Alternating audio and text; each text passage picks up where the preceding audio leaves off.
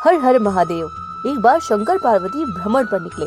रास्ते में उन्होंने देखा कि एक तालाब में कई बच्चे तैर रहे थे, लेकिन एक बच्चा उदास मुद्रा में बैठा था।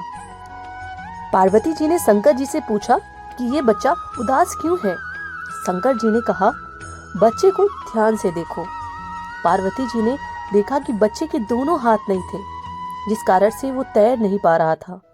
पार्वती जी ने शंकर जी से कहा कि आप शक्ति से इस बच्चे को हाथ दे दे, जिससे वो भी अन्य बच्चों की तरह तैर सके। शंकर जी ने कहा, हम विधि के विधान में हस्तक्षेप नहीं कर सकते, क्योंकि हर आत्मा अपने कर्मों के फल द्वारा अपने कर्म फल अदा करती है। पार्वती जी ने बार बार विनती की। आखिरकार शंकर जी ने हार कर उसे हाथ दे ही दिए। वो बच्चा भी पानी में तैरने लगा।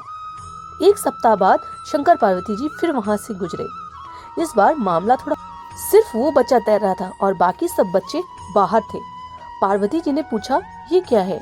शंकर जी ने कहा, ध्यान से देखो। देखा तो वो बच्चा दूसरे बच्चों को पानी में डुबो रहा था, इसलिए सब बच्चे भाग रहे थे। शंकर जी ने जवाब दिया, हर व्यक्ति अपने कर्मों के द्वारा अपने फल भोगता है। भगवान किसी के कर्मों के फेर में नहीं पड़ते। इसने पिछले जन्मों में भी अपने हाथों से यही कार्य किया था, इसलिए उसके हाथ नहीं थे। हाथ देने से पुनः वो दूसरों को हानि करने लगा है। प्रकृति नियम अनुसार चलती है, किसी के साथ कोई पक्षपात नहीं होता। आत्माएं जब ऊपर से नीचे आती हैं तो अच्छी ही होती हैं। कर्मों के अनुसार कोई अपाहिज है तो कोई झुग्गी झोपड़ी में रहने वाला, तो कोई बड़े महलों में रहता है। लेकिन सब परिवर्तनशील है। अगर महलों में रहकर या पैसे के नशे में आज कोई बुरा काम करता है तो उसे भुगतान तो करना ही पड़ेगा। व्यक्ति अपने अच्छे बुरे कर्मों से नहीं बच सकता, अपने कर्मों का भुगतान तो करना ही होगा। हम इस मनुष्य जन्म में ऐसे कर्म कर जाएं जिससे हमारे शरीर छूट जाने के बाद भी हमें दुनिया द्वारा याद किया जाए तथा अपने अच्छे कर्मों के कारण हमारी पहचान बनी रहे।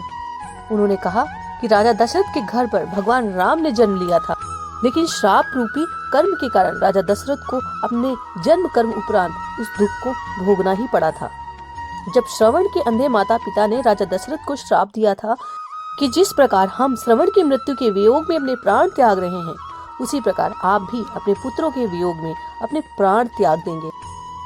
उन्होंने कहा कि किया गया कर्म चाहे वो अच्छा हो या फिर बुरा, उसके भुगतान से स्वयं भगवान भी बच नहीं पाए।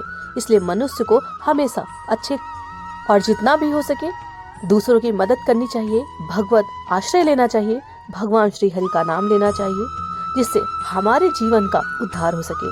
भूल कर भी किसी का हृदय नहीं दुखाना चाहिए, क्योंकि उसकी आह से आपका जीवन बर्बाद हो सकता है। इसलिए सबका आशीर्वाद पाएं, सबके लिए अच्छा करें।